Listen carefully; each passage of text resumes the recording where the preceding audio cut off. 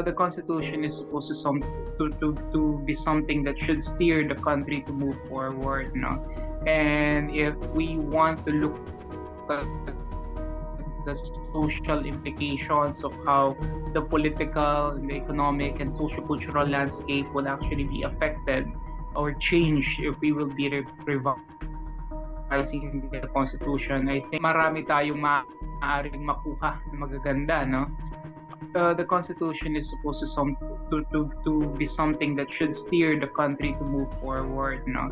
And if we want to look at the social implications of how the political, the economic, and socio-cultural landscape will actually be affected or changed if we will be revising the Constitution, I think marami tayong maaaring makuha na magaganda, no?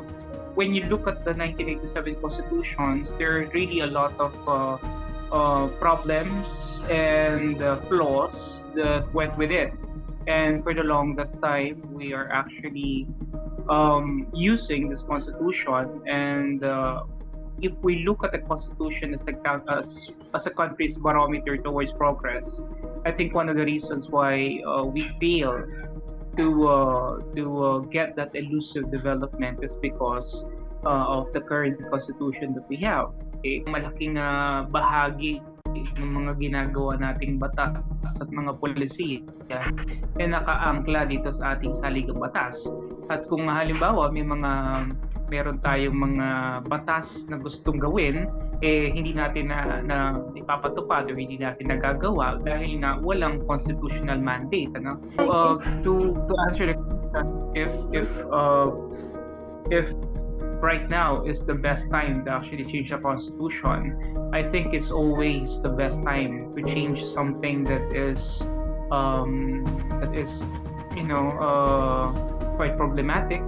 The thing left here is how could we translate this, and make the people understand or buy into the idea of constitutional reform or constitutional change? Because even if this is actually done on the political level, okay, it has to be cascaded down to the level of the societal.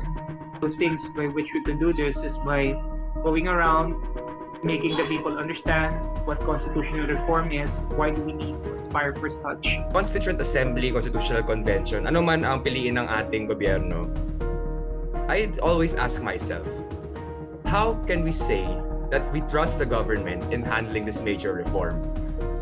When we still have political dynasties in Congress, we still have the different landed elites, the oligarchs, and leaders who bank on machinations such as historical distortion.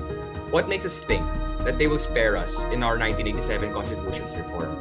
What makes us think that they will use this as a benevolent opportunity to introduce good ways for the Philippines to govern itself and not to further the agenda of distorting our histories, furthering the agenda of increasing their reign and power, and furthering their economic benefits to the prejudice of the common Filipino people? We can only find the right time to change when we have already reached substantial progress in the long-promised social reform that our country needs.